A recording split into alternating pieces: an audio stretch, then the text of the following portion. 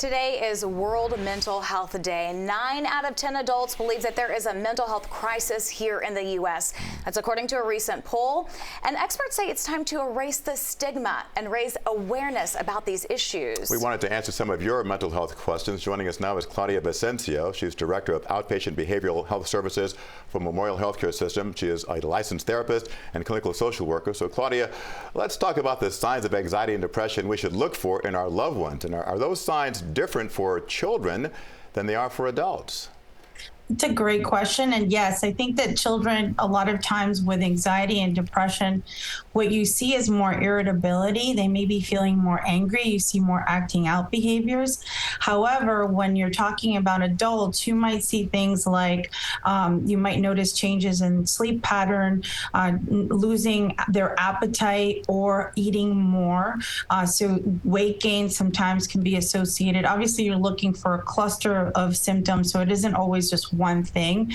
A lot of times with depression, what you'll see is early morning waking. So the person will wake up at 2 or 3 in the morning and not be able to go back to sleep. Other issues might be just feeling very guilty for no reason, losing interest in activities that they previously enjoyed doing, difficulty concentrating. I think for a lot of people, they think that, they're at work or they're like, I keep reading the same paragraph over and over again and nothing is sinking in. That could be a symptom of depression as well.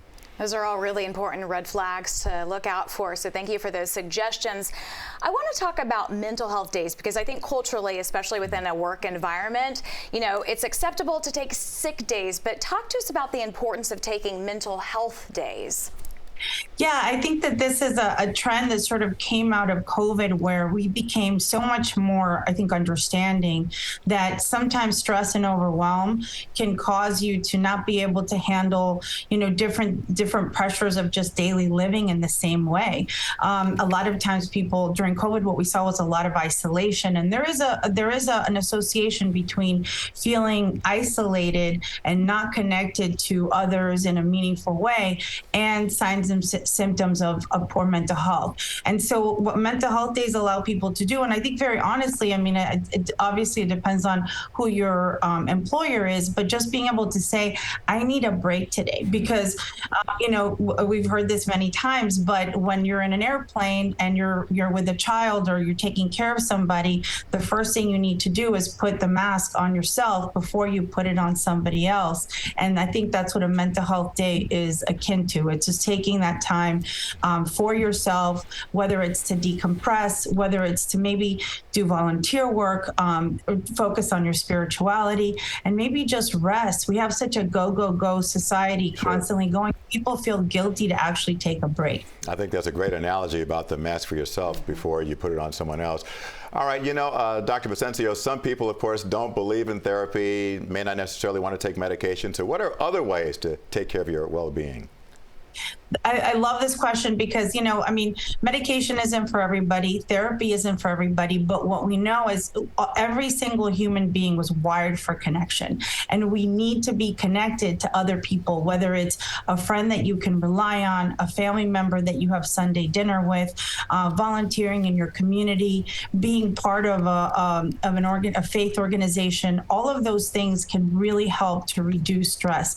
Other things to do is making sure that you're taking care of your body. So reducing alcohol intake, looking at the food that you're eating, looking at making sure you're getting good sleep. All of those things are ways to take care of yourself. I don't want to go any further though, and something that I should have said in the beginning is how suicide rates, this crisis, this mental health crisis has really spiked the number of people who are dying by suicide. And in 2020, it was almost 46,000 people in the United States. It's the second leading cause of death between 10 and 14-year-olds, and the third leading cause of death between 15 and 18-year-olds. So we know that this is a problem. It's also a problem amongst adults. There's a national suicide and Crisis Lifeline, which is 988. So if at any moment you're having thoughts about hurting yourself, of wanting to die by suicide, that is the number to call, and they will connect you with local resources so that you can get help. On that note, we want to end such an important and vital tip. Thank you so much, Dr. Vicencio, for sharing that with us.